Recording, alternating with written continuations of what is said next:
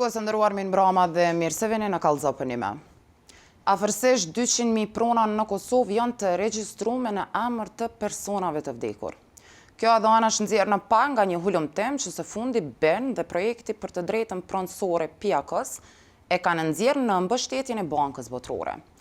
Ky hulumtim voluminoz i artuar ka nxjerrë në pa probleme strukturore me pronën e të cilat sonte kemi me i diskutu bashkë me Argzon Muçaj, nënkryetari i gjykatës së Prishtinës, Isofia Murataj nga Oda e Notarëve, Saranda Keçekolla avokate dhe Kreshnik Gashin nga Kallëzo.com.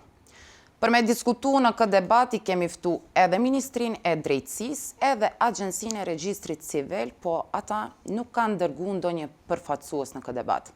E para se me nis debatin, po du me juftu me ndjek fillimisht një përmbledhje të shkurtë të raportit e cila na tregon se sa serioze është çështja në fushën e pronave.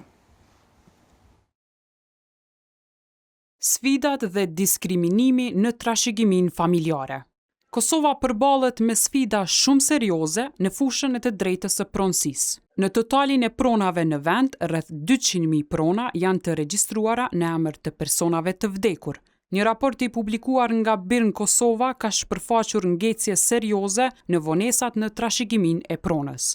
Në një sistem të rregullt, në momentin e vdekjes së një personi, do duhet të hapej procedura e trashëgimisë së pronave të tij, por të dhënat e gjeneruara nga hulumtimi tregojnë që këto procese nuk janë hapur në qindra mijëra raste dhe si rrjedhoj, pronat vazhdojnë të jenë të regjistruara në emër të personave të vdekur. Hulumtuesit, të cilët kanë intervistuar mbi 100 akter brenda dhe jashtë vendit, kanë konstatuar se problemet janë edhe më serioze në zonat e populluara nga komunitetet jo shumicë. Në këto zona, qytetarët që kanë migruar jashtë vendit nuk përfshihen në procesin e trashëgimisë, duke krijuar kështu vonesa shumë të gjata në regjistrimin e pronës. Zhvillimi i procesit të trashëgimisë sipas legjislacionit të Kosovës është një proces i thjeshtë, pa shumë komplikime dhe me kosto jo të lartë.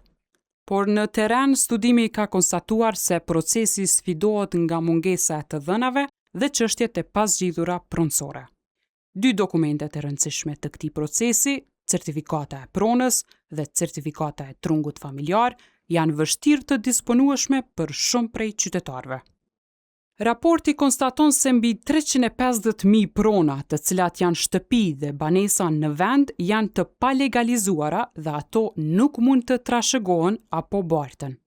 I njëjti raport tregon se certifikata e trungut familjar, e cila tregon se kush janë paraardhësit dhe kush janë pasardhësit e të vdekurve, nuk mund të gjenerohet automatikisht nga sistemi, mirëpo ajo kërkon deklarim manual nga familjarët. Ky proces ka ngritur dyshime që familjarë të caktuar mund të përjashtohen nga trashëgimia pa e pasur një urinë për procesin.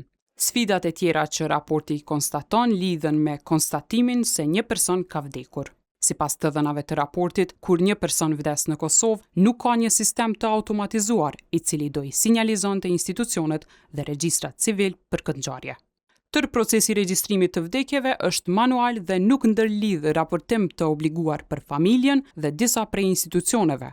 Përpos fushës së realizimit të procesit të trashëgimisë, raporti ka konstatuar edhe diskriminim sistematik të grave në procesin e trashëgimisë. Sipas të dhënave në vend, vetëm 21% e pronës ka pronar gratë, ndërsa të dhënat nga fokus grupet dhe intervistat e thella tregojnë se gratë detyrohen të vetë përjashtohen nga presioni i familjes dhe rrethanat sociale. Sipas të dhënave, 45% e grave heqin dorë vullnetarisht nga pjesa që u takon, kryesisht nën presionin e heshtur familjar për të mos marrë pjesën e vllajt. Nëse rruga vazhdon në gjykat, vetëm shpenzimet e avokatëve mund të arrijnë deri në 30.000 euro. Një bare papërballueshme për familje që jetojnë në varfëri. Edhe ata që vendosin të luftojnë për të drejtën e tyre përballen me një sistem të mbingarkuar. Sot gjykatat në Kosovë kanë mbi 35.000 konteste pronësore aktive. Një gjyqtar mban deri në 200 që lidhen vetëm me pronat, ndërsa një rast zgjat mesatarisht pothuajse 4 vjet. Kur trashëgimia ngec edhe prona. Dhe ndërsa procedurat zvarritën, miliona euro kapital mbeten të bllokuara, konfliktet familjare thellohen dhe drejta për pronë vazhdon të mbetet një premtim që për shumë qytetar nuk po bëhet kurrë realitet. Rikthehemi sërish në studio. Zotëria Murataj, po du me fillu me ju. 350.000 prona nuk janë të legalizume, mbi 200.000 të tjera janë në emër të personave të vdekur. Sipas jush, sa prona i kemi në rregull në Kosovë? Fillimisht faleminderit shumë për mundësinë e dhënë që sot të bashkëbisedoj me ju, po edhe me qytetarët e Republikës Kosovës, sa i përket një teme me një rëndësi shumë të madhe, që referohet shqyrtimit të trashëgimisë dhe qasja në të drejtën trashëgimore dhe aspekti edhe gjinor i trashëgimisë. Fillimisht, sistemi i notarisë në kuadër të legjislacionit përkatës në fuqi ka në kompetencë shqyrtimin e trashëgimisë, në të njëjtën kohë në raport edhe me gjykatën. Sigurisht që shqyrtimi i trashëgimisë është kategori ligjore dhe është njëra ndër procedurat që legjislacioni përkatës në fuqi e ka paraparë të fillohet ex officio, përkatësisht në mënyrë zyrtare. Në momentin kur vdes një person dhe rrjedhimisht organi i gjendjes civile të gjeneron dëshminë e vdekjes dhe më pas të procedon për në odën e noterëve, dhe oda e noterëve ta procedon dëshminë e vdekjes tek noteri në të cilin trashëgimlanci përkatësisht personi i vdekur e ka vendbanimin e fundit. A ndodh kjo në praktik? Nuk ndodh. Dhe sigurisht që shqyrtimin e trashëgimisë e kemi çdo herë mbi bazën e inicimit nga ana e familjarëve, atyre të cilët kanë interes për me shqyrtu trashëgimin, dhe ajo që shumë është më rëndësi të thuhet në këtë rast është që në shumicën e rasteve inicues nga familjarët i kemi në këtë rast vëllezërit, që është një karakteristikë shumë interesante dhe që ka një konotacion jashtëzakonisht shumë të rëndësishëm edhe sa i përket pjesës së deklaratës trashëgimore. Dhe si rezultat i mos inicimit në mënyrë ex officio nga ana e organit administrativ në këtë rast gjendjes civile dhe procedimit të dëshmisë së vdekjes, ne kemi një gjendje të tillë ku sot na u prezantu 200.000 prona janë me pronar përkatësisht me person i cili ka vdek. Dhe ligjërisht, siç ne kemi të njohur, asnjë pronë nuk mund të mbetet pa pronar. Andaj është procedura e shqyrtimit të trashëgimisë që fillohet ex officio, që në momentin e vdekjes së trashëgimlënësit pronat të kalon të trashëgimtarët përkatësisht tek personat e gjallë. Dhe si rezultat i mos inicimit, të themi në mënyrë zyrtare, kemi një situatë të tillë. Kemi raste kur familjarët nuk e kanë inicu për faktin se nuk kanë ndonjë interes, të themi fillestar në momentin e vdekjes trashëgimlënësit, dhe atë e lojnë për një periudhë kohore të mëvonshme. Por këtu është shumë rëndësi të theksohet se nga praktika po flas sa më shumë që shqyrtimi i trashëgimisë i referohet shtyrjes në aspektin kohor, i ekspozohet rrezikut edhe për me qenë kontestuese. Arsyeja qëndron te fakti se kemi shumë prona në vendet të caktuara, ku në të kaluar në momentin kur ka vdekur trashëgimlënësi nuk ka pasur një vlerë të caktuar, ndërsa sot asaj prone do të është rritur vlera, konform të themi zonave të ndërtimit apo formave të tjera të zhvillimit ekonomik, dhe sigurisht që lindin ambicie dhe të themi kërkesa nga më të ndryshme dhe vim deri te një situatë kur edhe ato bëhen kontestuese. Ajo që është shumë e rëndësishme që procedura e shqyrtimit të trashëgimisë në kuadër të sistemit notarial është një procedurë, të themi, shumë e thjeshtë, që kryhet në një periudhë shumë të shpejtë dhe mund të themi që sistemi notarial e konsideron shumë të suksesshme ato landë të cilat i trajton në procedurë të shqyrtimit të trashëgimisë dhe kemi me qindra mijëra landë që trajtojnë në procedurë të shqyrtimit të trashëgimisë në kuadër të në kuadër të sistemit notarial. Faleminderit, zotëria Murataj. Zotëri Muçaj, sipas llogarisë time, nëse janë 350.000 prona pa legalizim me 200.000 të tjera në emër të personave të vdekur, shkojnë një farë situate serioze kështu themi në shoqërinë Kosovë. Fillimisht faleminderit për ftesën dhe mundësinë për të diskutuar për një çështje që lidhet me një të drejtë fundamentale siç është prona, e cila çështje vazhdon të mbetet aktuale dhe e vlerësoj si pozitive që është aktuale për faktin se aktualizimi i kësaj teme dhe marrja në vazhdimsi, sikurse organizatave jo qeveritare, po ashtu dhe institucioneve, ka ndikuar që çështjet pronësore të ndërmerren veprimin në raport të përmirësimit të gjendjes që është në përgjithësi me prona. Po ashtu edhe analiza juaj dhe trajtimi i kësaj çështje kanë nxjerrë në pa që çështjet pronësore nuk mund të trajtohen vetëm nga ana e gjykatës. Pra duhet të ketë mekanizma edhe të tjerë institucional të cilët në një formë kontribuojnë në zgjidhjen e çështjeve pronësore të përfshijë edhe problemet e trashëgimisë. Çka nuk kupton kjo? Do të thotë gjykata është instanca e fundit ku palët duhet të vinë për të kërkuar mbrojtje gjyqësore. Në këtë rast, nëse kemi një aktivizim edhe të mekanizmave të tjerë, siç janë u përmend nga zotëria Murataj, po fillojmë nga gjendja civile, që ku do të thotë në momentin që vdes trashëgimlanci duhet të regjistrojë dhe njëjti regjistrim sipas dispozitave aktuale ligjore që i kemi nënkupton që duhet të fillohet sipas detyrës zyrtare më njëherë shqyrtimi i trashëgimisë. Pastaj duhet të nxjerret në momentin që vdes pra trashëgimlanci duhet të nxjerret dëshmia e vdekjes. Dëshmia e vdekjes duhet të përcaktojë saktë se kush janë trashëgimtarët në këtë rast. Përveç trashëgimtarëve duhet të përcaktohet edhe pasuria që ka lënë trashëgimlanci. Dhe sikurse të ndodhte kjo, do të kishim një procedurë shumë efikase, sepse nuk do të kishte vonesa në shqyrtimin e trashëgimisë, dhe në këtë rast do të aktivizohej më njëherë kalimi i pasurisë nga trashëgimlanci tek trashëgimtarët. Por kjo nuk ka ndodhur tek ne dhe nuk ka ndodhur për shumë vite. Duhet të shiqohet pak edhe aspekti historik. Ju e dini që para luftës, ndoshta qytetarët shumë kanë hezituar dhe për shkak të pengesave dhe barrierave që kanë ekzistuar. Pas luftës për shumë vite nuk ka qenë shumë, do thotë nuk kemi pas ndoshta edhe institucione shumë efikase që e kanë garantuar një procedurë të shqyrtimit të trashëgimisë, kanë munguar edhe informata dhe njohuritë e qytetarëve, nuk ka pas do thotë ndonjë promovim në raport me të drejtat që ekzistojnë palëve në procesin e trashëgimisë, dhe tërë kjo ka shkaktuar vonesa, të cilat vonesa na kanë prunë në një gjendje që ju e përmendet, që është një numër shumë i madh i pronave që gjenden në emër të personave që kanë vdekur, e të cilat do të thotë prona akoma figurojnë në emër të tyre, e të cilat potencialisht të ardhmen mund të jenë edhe konteste gjyqësore. Për të njëjtat mund të kërkohet edhe mbrojtje gjyqësore. Edhe në këtë rast do të thotë, sikur të kishim një ndërveprim dhe bashkëveprim në mes të institucioneve, vlerësoj se gjendja do të ishte shumë pozitive. Ka pas ndryshime pozitive viteve të fundit, kemi ndryshim të legjislacionit, janë kriju kritere shtesë që e garantojnë pjesëmarrjen e gjithë trashëgimtarëve në trashëgimi, mirë po, a janë të mjaftueshme. Vlerësoj se nuk është mjaftueshme sado që legjislacioni të jetë i avancuar, nuk është mjaftueshëm që ndikojë drejt për drejtë në realizimin e këtyre drejtave. Atje tani me funksionalizimin para shumë viteve të noterëve është parapon një procedurë e veçantë që trashëgimtarët duhet të njoftohen me të drejtat e tyre për të ardhur drejt e heqja dorë nga trashëgimia.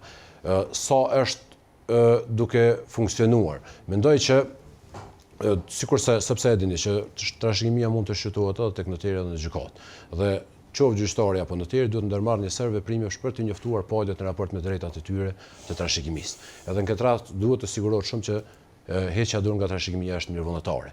Por prapë nëse pala vlerëson se ka pas ndonjë kërcënim, ka pas ndonjë lajthim në rastin kur ka hequr dorë nga trashëgimia, prapë këtyre palëve i ofrohet mbrojtje gjyqësore dhe prapë njëjtit përmes rrugëve gjyqësore kanë mundësi që do thotë ta kërkojnë të drejtën e tyre pronësore.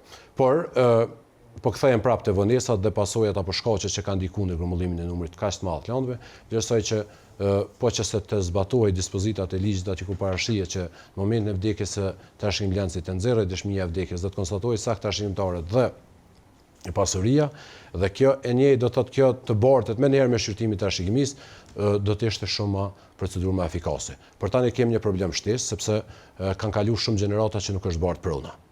Kemi mungesë të dokumentacionit, nuk mund të përcaktohet saktë trungu familjar. Dhe mungesë të dokumentacionit dhe konstatimit të saktë të trungut familjar, ndoshta është e pamundur që procedura të kryhet jashtë gjykatës, tek noteri. Dhe kur procesi vjen në gjykatë, çështja bëhet më komplekse. Pse bëhet më komplekse? Sepse ka një numër të madh të trashëgimtarëve në raste të caktuara. Gjykata ka për obligim të njoftojë të gjithë trashëgimtarët. Krijimi i kushteve është mjaft i mundimshëm sepse kur duhet me marr parasysh se një numër prej tyre mund të jetojë jashtë vendit, duhet të përfshihen të gjithë në trashëgimi, pastaj vjen shprehje komunikimi juridik ndërkombëtar që prapë merr kohë. Dhe në këtë rast do thotë edhe zgjat procedura. Zgjat procedura, ndoshta edhe pa fojën e gjykatës, edhe tani po i kthehem prapë sepse komplet filli i gjithë kësaj fillon te dëshmia e vdekjes. Është çështje aktuale dhe shpesh përmendet heqja dorë nga trashëgimia. Si nxjerret, kjo duhet diskutuar, si nxjerret dëshmia e vdekjes tek ne. Unë vlerësoj që në vende që janë të avancuara, nuk ka mundësi që qytetarit të ndërhyjnë tek dëshmia e vdekjes, sepse ekzistojnë databaza ku në mënyrë zyrtare është i shënuar çdo person në këtë rast që është do të thotë kënde ka trashëgimtar, kush janë familja e tij dhe nga kush përbehet radha e parë dhe e dytë apo e tretë e trashëgimisë. Edhe në këtë rast, sikurse të kishim ne këtë databazë, nuk do të mund të lejojë interferimi i qytetarit në raport me deklarimin e trashëgimtarit. Pikërisht të gjyqtare konstaton edhe raporti i cilin e ka publiku Birin, domethënë nuk bëhet njoftimi përmes mënyrës automatike, njoftohen prej Bashkisë Islame për vdekjen e një personi. Këtu ne ballafaqohemi me raste konkrete në gjykata. Sepse çdo herë ne kemi raste të shpeshta ku një person paraqet një padi për shkak se thotë unë asnjëherë nuk kam pas njohuri që është shqyrtuar trashëgimia prona ime. E kam kuptuar vetëm kur e kam pa një person që është futur në posedim pronës atje. Kur e morim ne shiqojmë, ai fare nuk është i deklaruar në dëshminë e vdekjes. Si nxjerrë dëshmia e vdekjes? Përmes deklarimit të vet nga ajo që e deklarojnë palët, përmes deklarimit të vet palës në regjistrin e gjendjes civile, thotë ne jemi këta trashëgimtar. Ka raste të caktuara që thotë po supozojmë njëri antar i familjes jeton në botën e jashtme, edhe thotë unë pajtohem që ajo pjesë takon ty edhe është në rregull, nuk e përfshin ato pas një kohe kur e shet që ka ndryshuar rrethonat, i njëjti paraqet pa di. Pra, përcaktimi i trashëgimtarëve në dëshminë e vdekjes duhet të jetë zyrtar, mos ketë mundësi që pala me vullnetin e saj të deklarojë apo të mos e deklarojë një trashëgimtar, por e njëjta do thotë të arrihet në mënyrë zyrtare, sepse në këtë mënyrë pamundsohet interferimi apo deklarimi i trashëgimtarëve të tjerë. Faleminderit shumë zotëri Muçaj. Zonja Keqekulla, tu e pas parasysh faktin që jeni edhe avokate, çfarë probleme ju nxjerr kjo situatë, vonesat, dokumentet edhe i kemi një numër shumë të lartë të pronave që nuk kanë pronart i kanë të vdekun apo kanë trashëgimi të pashqyrtume. Po, atëherë unë dëgjova edhe dy parafolësit e mi, të cilët paraprakisht në pika të përgjithshme përmendën gjitha problemet lidhur me trashëgimin mënyrën e regjistrimit të pronave. Ne si avokat kemi raste kur palët na drejtohen qysh me rastin e vdekjes së personit, se si ta inicojmë procedurën e trashëgimisë, ku ne i udhëzojmë do të, sepse ne i kemi gjitha ligjet, se si të zgjidhet çështja e trashëgimisë, mirë po burimi i problemit fillon aty te nxjerrja e dëshmisë mbi vdekjen, ku vetë trashëgimtari shkon edhe i deklaron familjarët se kush janë trashëgimtarët. Në praktikë, unë si avokate, do të thotë kam hasur probleme ku njëri nga vëllezërit ka shku e ka deklaru vetëm dikënd nga familja dhe kështu ka përfitu pronën të cilën e ka lënë trashëgim babai. Dhe me kalimin e viteve, kur pronat janë dhënë për ndërtim, atëherë kanë kuptuar edhe trashëgimtarë të tjerë ligjor, ku është inicu konteste në rastin konkret dhe është zhvillu procedura gjyqësore ku ka përfundu në shkallë të parë. Mirë po, këtu çka kemi, cilat probleme burojnë nga kjo procedurë. Këtu nuk kemi pastaj edhe vetëm procedurë civile, por kemi edhe procedurë penale, sepse ofrimi i fakteve të rrejshme me qëllim që me përfitu për vete çfarëdo pasurie, është vepër penale e mashtrimit, pastaj edhe legalizimi për mbajtjes së rrem. Dokumentet të rreme sa i përket trashëgimisë pronësisë? Ka në praktik, ka shumë kësi raste, për faktin se qysh e prezentut edhe në video, ka raste kur shembull gjinia femrore nuk është vajzat e familjes, nuk janë përfshi fare në trashëgimi, madje ka raste kur është zgjidh trashëgimia edhe tek noteri dhe edhe atje nuk janë përfshi vajzat në procedurë të trashëgimisë në pasurinë e trashëguar.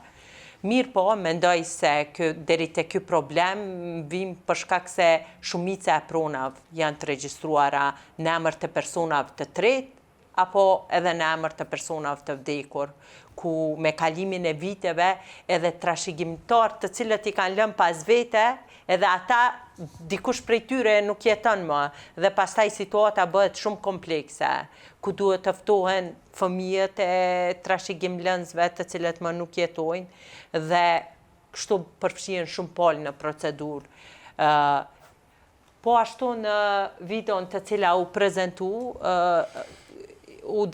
ishte një deklaratë se çështja zgjidhet brenda 4 viteve, kjo nuk është aspekt e saktë, sepse në gjykat po t'i drejtohesh gjykatës për një lëndë e cila i përket vitit 2020-2021, mesatarisht, për gjykatën është absolut lëndë shumë e re ajo.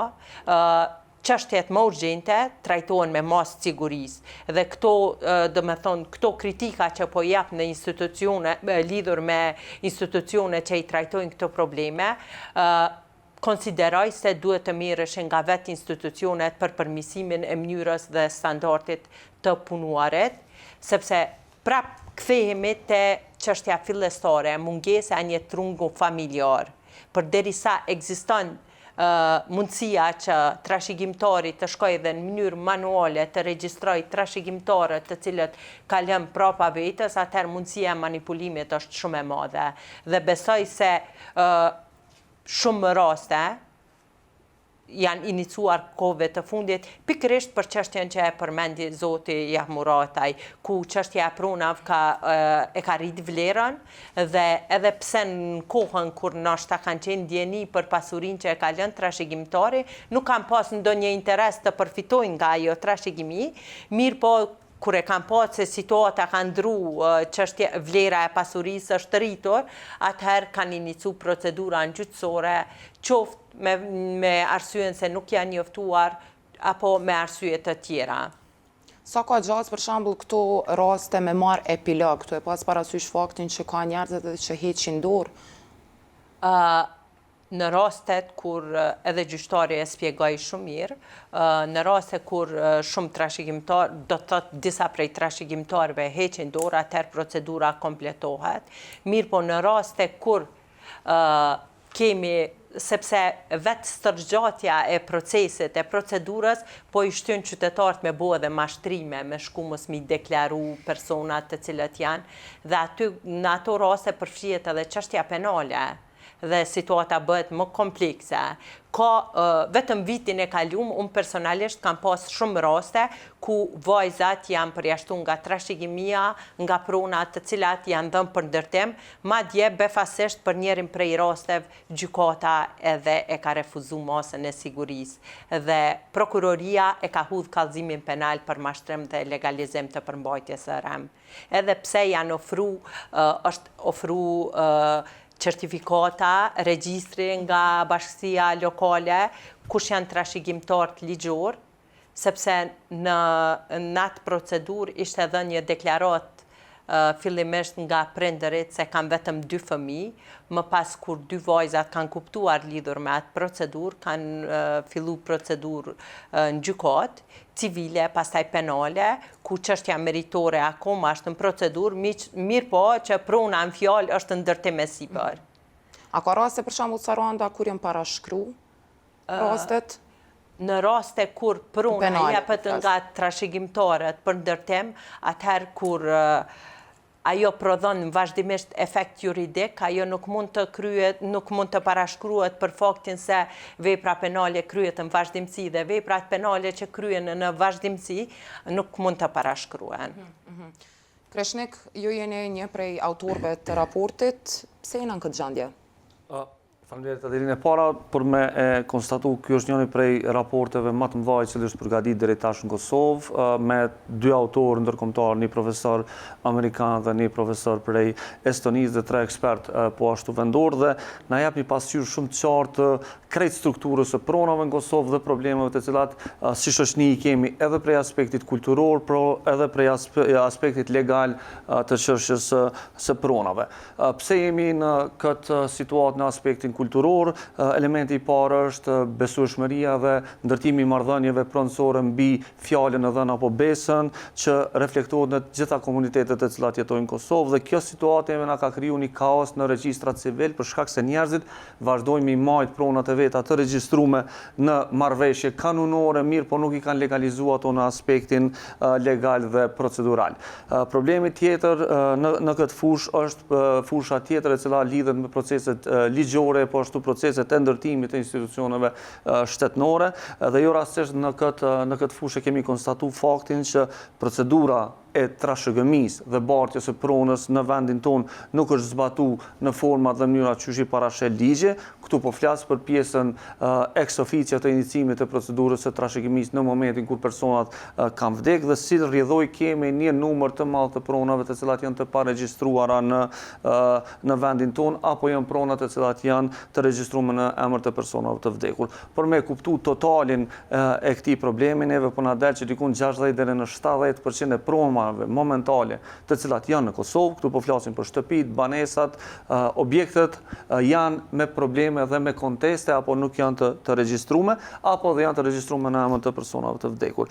Pse kemi ardhur në këtë sistem është fakti që institucionet publike, në këtë rast zyrat e gjendjes civile, nuk e kanë përmbush obligimin që në momentin kur të vdes një person me inicu procedurën ex officio, dhe kjo nuk po bëhet edhe tash, dhe në këto ditë kur po folim ne, dhe për vlerësimin tonë kjo është një emergjencë në cilën ne duhet me nisë me ndryshu, sidomos nëse nuk po dojmë më marrë me të kaluar të paktën tash tutje me u zhvillu në këtë punë.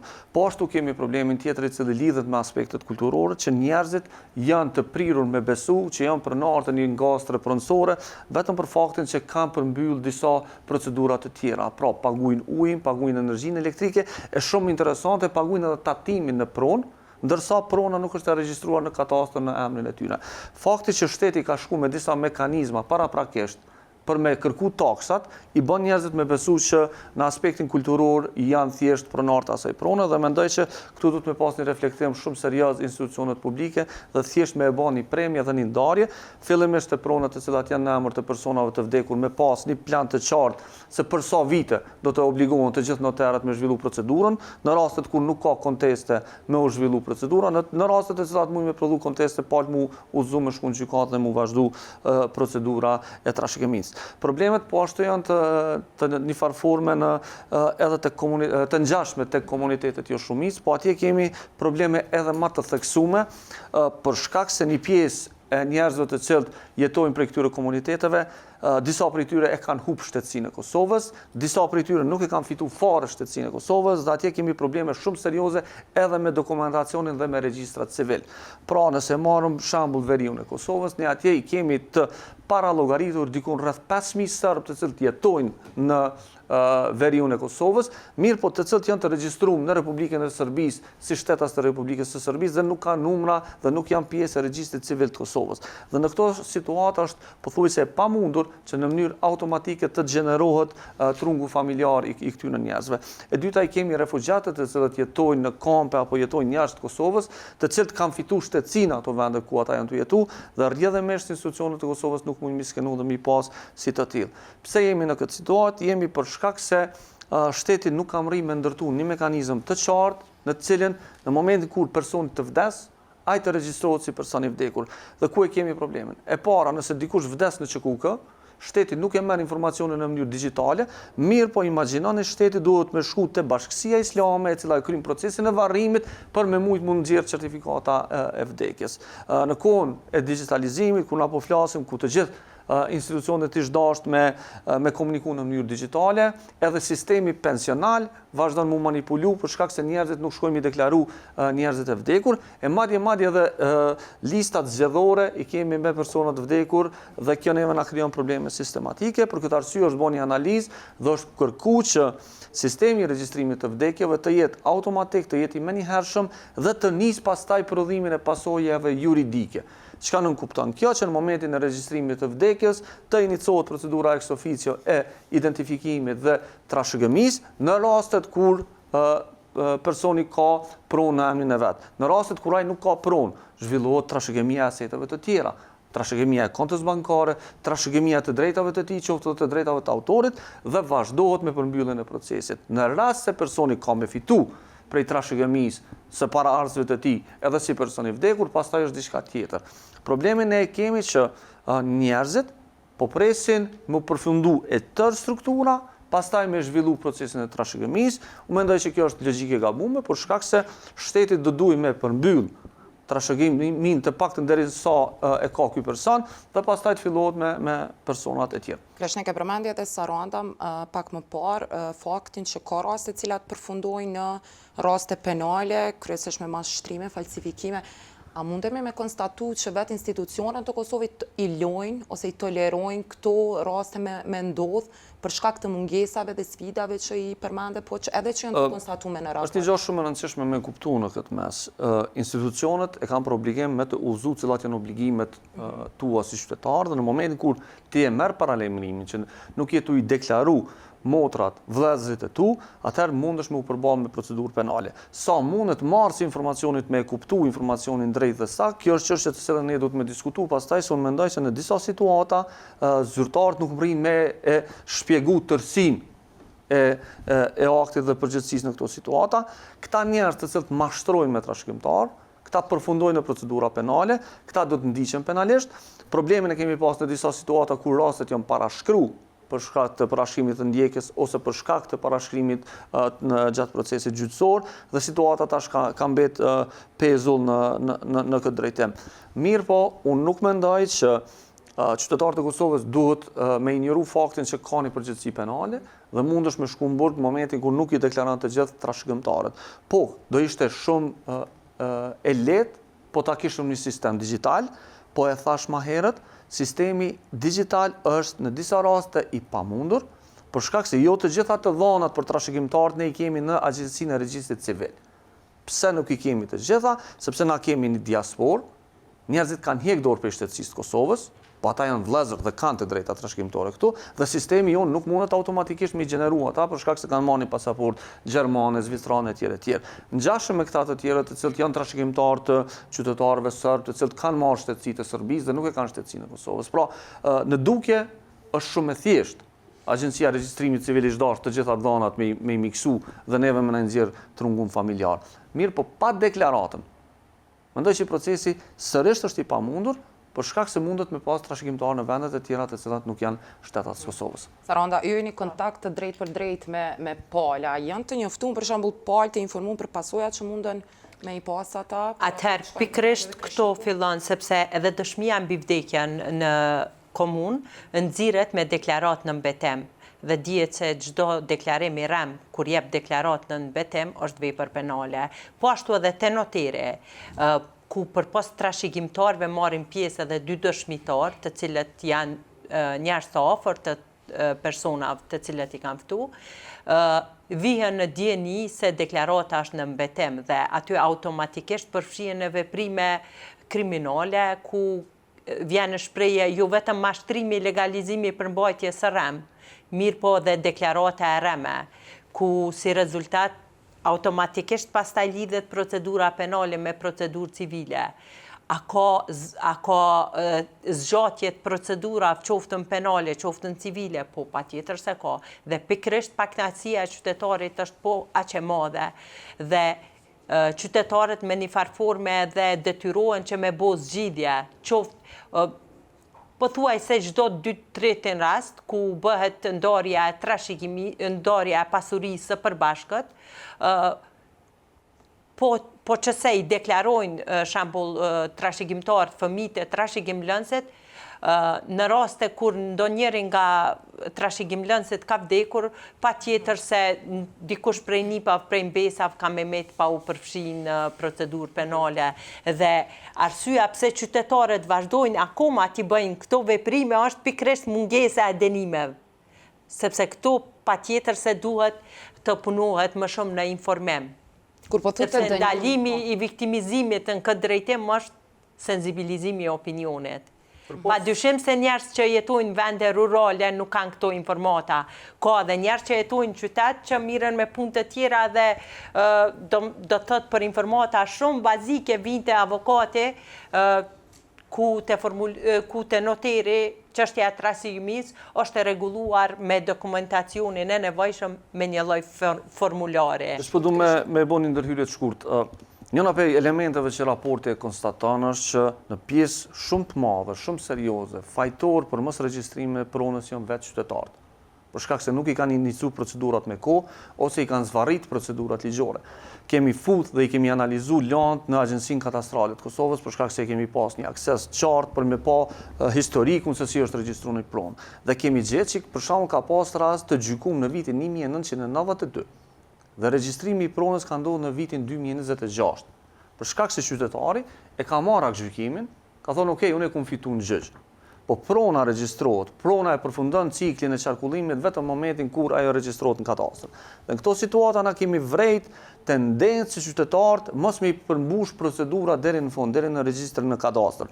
Edhe tek rastet e kontratave tek notert, edhe tek zgjidhja e trashëgimisë me marrëveshje, edhe tek zgjidhja e kontesteve jashtë gjykatës, po edhe tek vendimet gjyqësore. Palët nuk janë kujdes me i përmbush procedurat. Shumë e rëndësishme. Palët nuk po kujdesen edhe me i inicu procedurat. Por shkak se për neve fakti që i kemi 200.000 lëndë, të cilat 200.000 raste ku prona është në emër të personave të vdekur, dhe në anën tjetër ne i kemi vetëm 35.000 lëndë në gjykata. Kjo neve na tregon që njerëzve nuk është u interesu me i zhvillu procedurat, ose të paktën nuk janë të informuar që procedura duhet mu inicu për me mujt me u përfundu. Asnjë çështje pronësore nuk ka mu zgjidh nëse për të nuk inicohet procedura. Dhe njerëzit duhet me kuptu, po, merr kohë.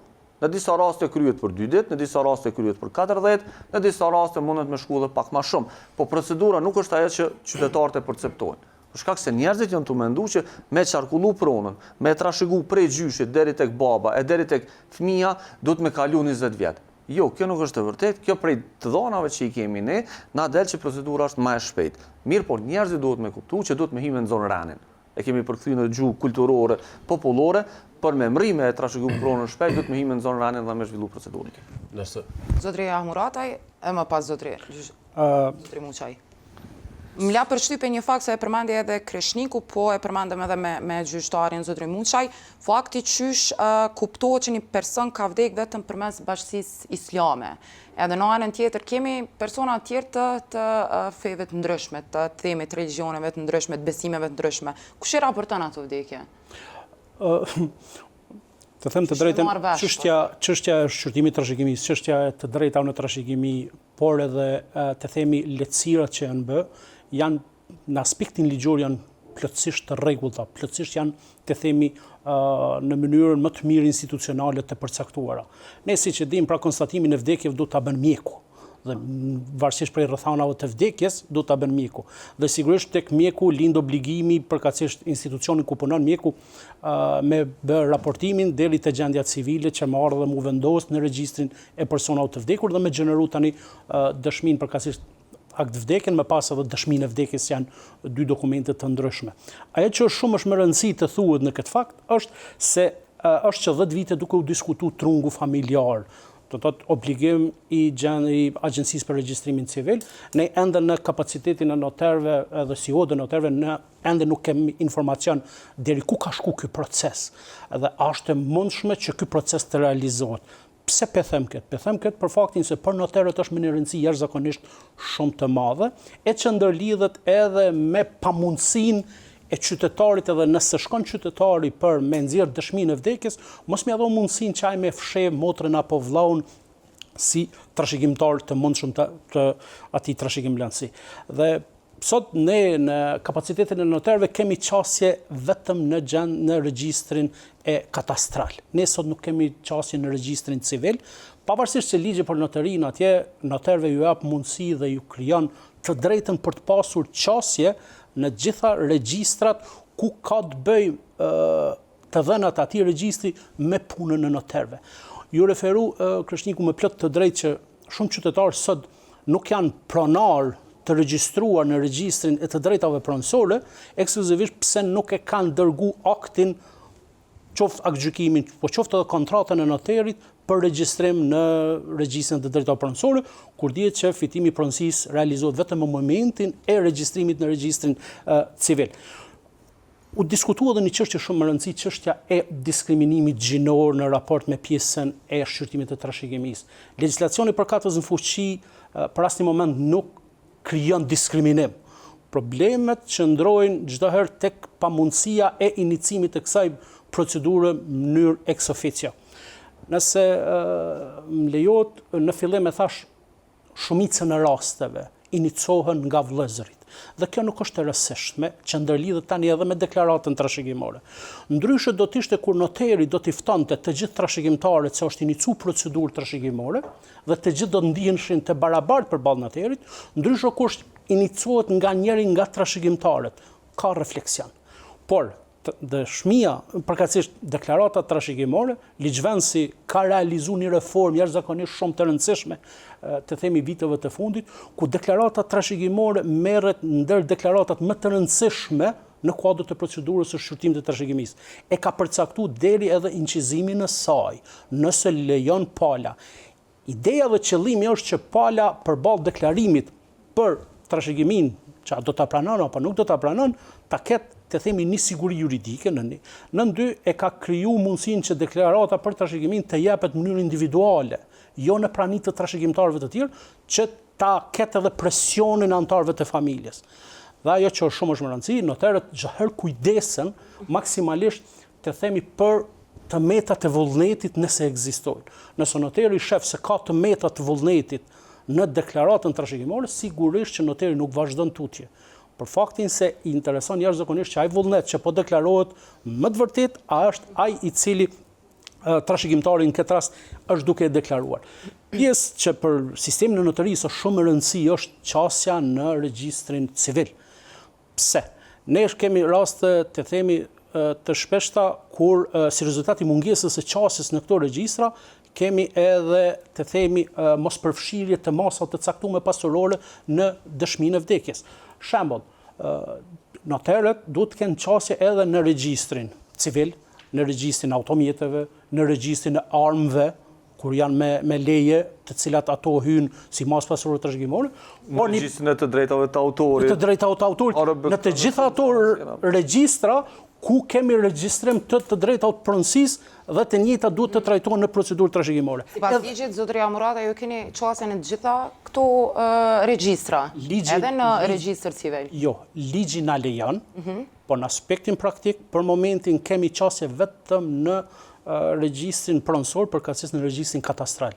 Ende nuk kemi në regjistrin civil, ende nuk kemi në ARBK, ende nuk kemi në regjistrin e kredive, se ndërlidhet atje të shqyrtimi trashëgimisë edhe pasiva dhe aktiva, që është shumë më rëndësi të kjo pjesë, por po besojmë që do të ketë një refleksion institucional që noterëve t'ju japet sa më shumë qasje në regjistrat publik të dhënave, të cilat ndërlidhen me punën e noterëve. Sa më shumë që noterët... Po ju pyet zotëria Murata është se me sa e diun janë shkruar disa memorandume edhe mes odës së notarëve edhe me agjensinë. Po më intereson me ditë pse nuk ju ka ndonë qasje, apo ndonjë arsye pse nuk keni ju qasje si memorandumet notar. ekzistojnë, mirë, po në aspektin praktik ne ende nuk e kemi një qasje të tillë dhe është fundamentale sa i përket fillimit dhe procedurës së shqyrtimit të trashëgimisë në mënyrë të legjshme.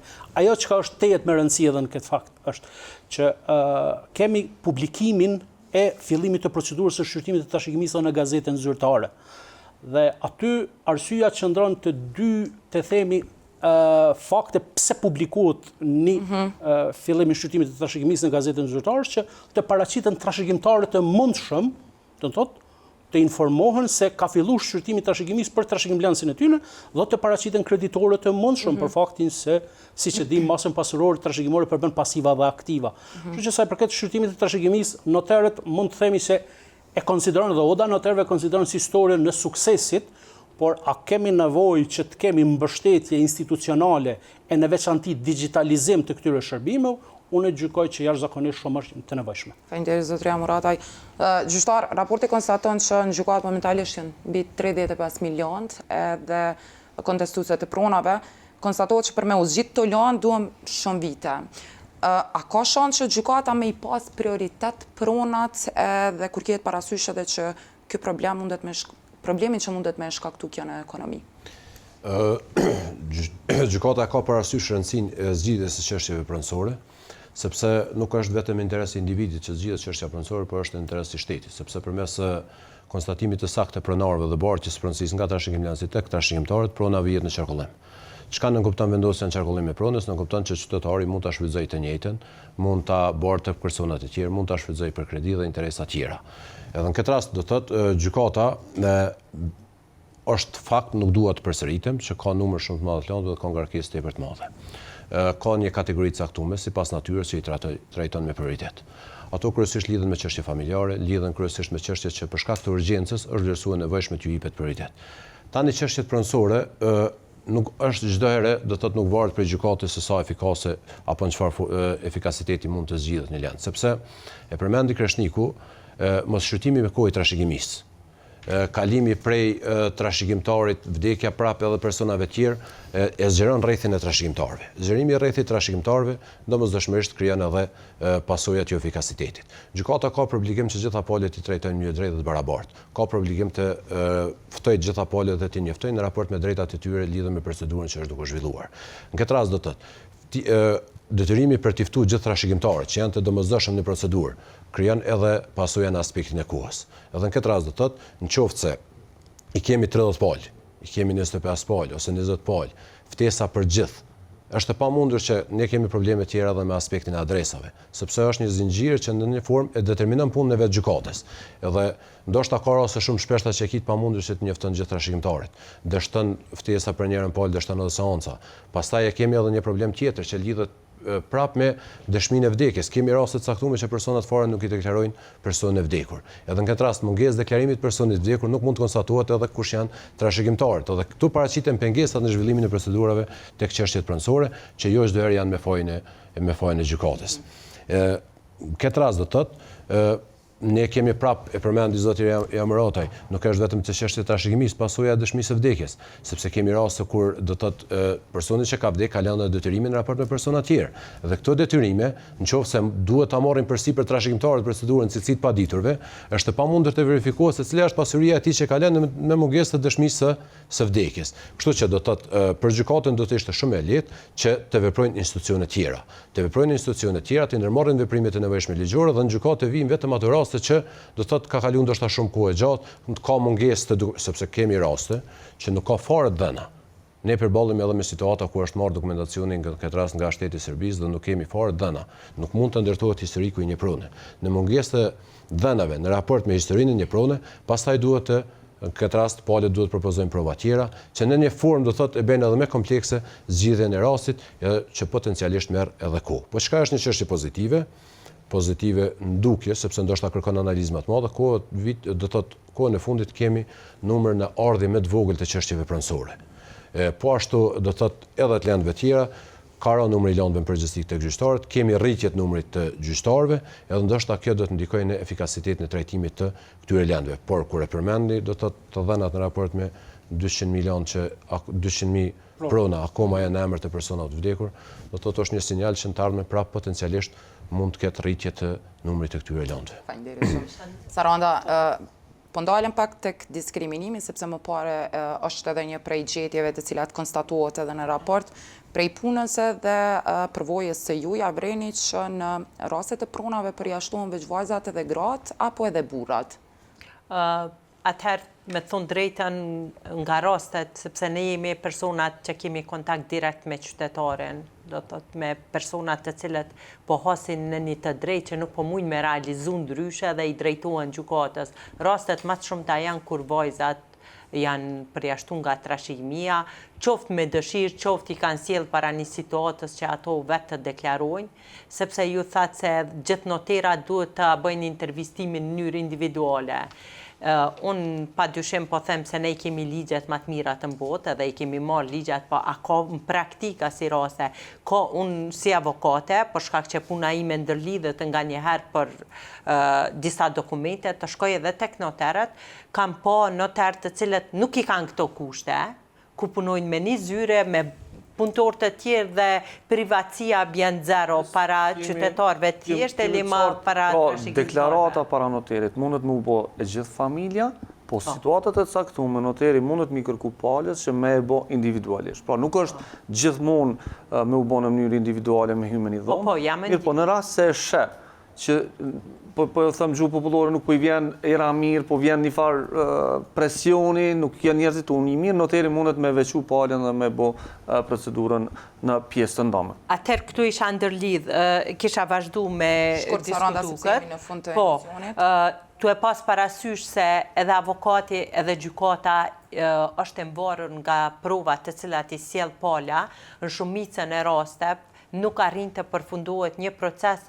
pikrisht për shkak të mungesës së dokumentacionit. Unë kam rastis edhe në raste që personat kam vdek gjatë luftës dhe për ata persona ka pas raste kur me inicimin e procedurës së trashëgimisë është dashur të iniciohet një procedurë tjetër, të shpallet një person i vdekur, për shkak se pala e ka pas një interesin juridik me zgjidh çështjen pronësore dhe procedura është tezë zgjatur ku edhe çështja e shpalljes së personit të vdekur e merr edhe ajo kohën e vet, sepse nuk është çështje që zhvillohet me prioritet në gjykatë dhe pastaj kështu mbesin lëndë me numër të madh. Zotëria Murataj, shumë shkurt lutem. Po, një pjesë që është me rëndësi ta kemi të njohur, unë gjykoj që të gjithë qytetarët e vendit në aspektin edhe gjinor janë të njohur me të drejtat e tyre përballë të drejtës për trashëgimi. Mirë, po ajo që duhet ta bëjmë të ditur dhe të njohur është që për asnjë moment qytetarët nuk diskriminohen në aspektin gjinor në shqyrtim të trashëgimisë, as më pak nga ana e noterit. Ne kemi konceptin e heqjes dorë nga e drejta në trashëgimi, është koncepti joni tradicional kulturor, që unë besoj që viteve të fundit ka filluar që të ketë një ndryshim dhe është një trend shumë pozitiv. Deklaratat trashëgimore japin një rëndësi shumë e madhe në procedurë të shqyrtimit të trashëgimisë dhe çdo herë i bëhet me dije që heqja dorë nga masa pasurore trashëgimore, ajo deklarat nuk mund të revokohet vetëm nëse konsiderohet edhe ka prova në procedurë gjyqësore që njëta është dhënë mbi bazën e kërcënimit apo kur është cënuar pjesa e vullnetit. Por ajo që është shumë e rëndësishme te kjo pjesë dhe e fundit dhe po përfundoj, është që ne trashëgimtarët i njoftojmë që me heqjen dorë nga masa pasurore trashëgimore edhe nga efekti i masës pasurore nëse do ta pranonte cilat është. Shembull, nëse vjen një vajzë dhe hek dorë nga masa pasurore trashëgimore, ne i themi, ju po hekni dorë nga drejta për pasur masë pasurore nga trashëgimia dhe mbi atë bazë, mbi atë pronë ju nuk do ta keni të mundshme ta vendosni në hipotekë, nuk do ta keni të mundshme ta shitni, nuk do ta keni të mundshme ta vendosni në qarkullim juridik edhe ekonomik për qëllim të mirëqenies tuaj edhe të familjes tuaj. Unë gjykoj që ne na duhet edhe në aspektin shoqëror, edhe institucional, edhe medial ta trajtojmë për efektet që ka prona kur një motër dhe një bashkëshorte jona dhe një nënë jona e pranon masën pasurore trashëgimore në funksion të mirëqenies së saj, të shkollimit, emancipimit, që po besoj janë fokusi jonë shoqëror. Faleminderit shumë gjithë për këtë debat. Shikues të nderuar, në 2 debatet e fundit kemi folur shumë për çështjen e pronave. Është shumë e rëndësishme që ju me kuptu se sa më parë që i nisni procedurat, aq më shpejt prona do të transferohet në emrin tuaj. Andaj nëse keni pronë të paregjistruar, duhet që menjëherë të shkoni para adresave institucionale dhe të nisni procedurën. Për të gjithë ata që kanë nevojë për këshilla, programi për të drejtën pronësore implementuar nga ATRC vazhdon me ofru ende asistencë dhe këshilla ligjore, andaj mos hezitoni me i kontaktu. Vazhdoni me na shkruajt në kallzo.com dhe deri në emisionin e radhës mirëmbëjtje.